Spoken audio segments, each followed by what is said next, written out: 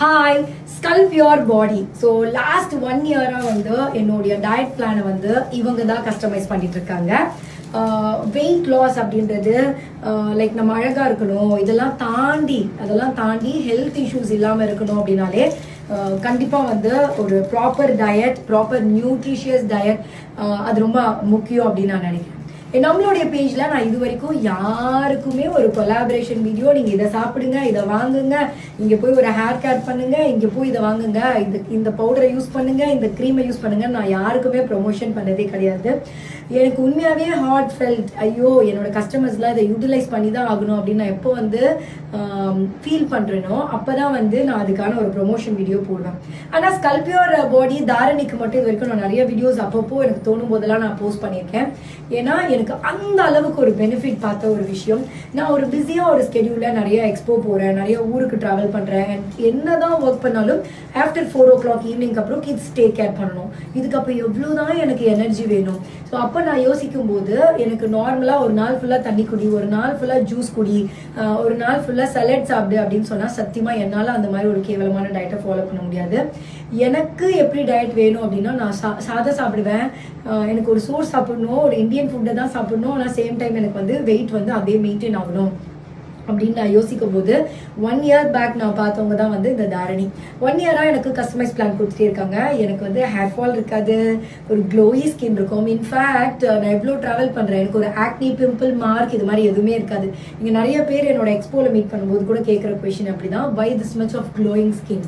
ஒரு ப்ராப்பர் ஸ்லீப்பில், no constipation and ஒரு அழகான ஒரு டயட்டில் கார்ப்ஸ் எவ்வளோ வேணும், ஒரு நார்ச்சத்து எவ்வளோ இருக்கணும், இந்த மாதிரி அவங்களோட ஃபுட் மெனு எம்மி தாரணி. லாஸ்ட் வீக்லாம் ஒரு தோசை ஒன்று ஒரு மெனுவில் இருந்தது, வேற மாதிரி வாரம் அவங்களுடைய ஒரு ரெசிபியாக அவ்வளோ சூப்பராக இருக்கும். அண்ட் முக்கியமாக ப்ரெக்னென்சிக்காக ட்ரை பண்ணுறவங்க, பிசிஓடி இஷ்யூ இருக்கும், டாக்டர் சொல்லிப்பாங்க நீ வெயிட் கம்மி பண்ணால் தான் ப்ரெக்னென்ட் ஆவீங்க அப்படின்னா கண்ணை மூடிட்டு நீங்கள் தாரணியோட பிளானை வந்து நீங்கள் போகலாம், தாராளமாக எடுத்துக்கலாம்.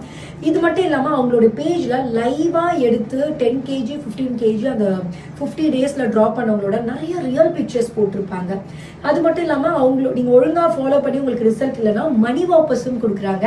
ஸோ நான் இது எல்லாமே வந்து ரொம்ப நாள் சொல்லணும்னு நினச்சிட்டே இருப்பேன். ஏன்னா நான் வந்து ஒரு 52 53 இந்த வெயிட் வந்து எவ்வளோ நாளாக, ஏன்னா நிறைய பேர் சொல்லுவீங்களே வீடியோஸ் விட நேரில் குட்டியாக இருக்கீங்க அப்படின்னு.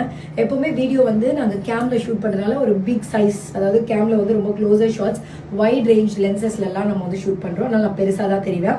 நேரில் அவ்வளோ குட்டியாக இருக்கனால தான் கேமராவில் அப்படி தெரியும். அப்போ நான் நேரில் பெருசாக இருந்தால் கேமராவில் எப்படி இருப்பேன்னு பாருங்கள். ஸோ எப்போவுமே என்னை வந்து ஒரு எனர்ஜெட்டிக்காக வச்சுக்கிறது வந்து அவங்களுடைய டயட் அப்படின்னு சொல்லலாம்.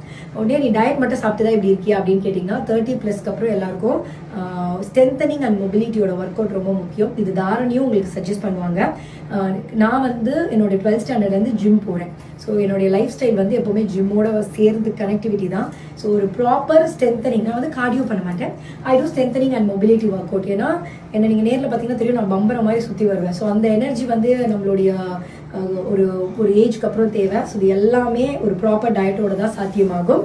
ஸோ தாரணிக்கு வந்து என்னுடைய கங்க்ராச்சுலேஷன். ஏன்னா சான்ஸே இல்லை, நிறைய பேருக்கு லைஃப் கொடுத்துட்ருக்காங்க அவங்களுடைய டயட் பிளானில்.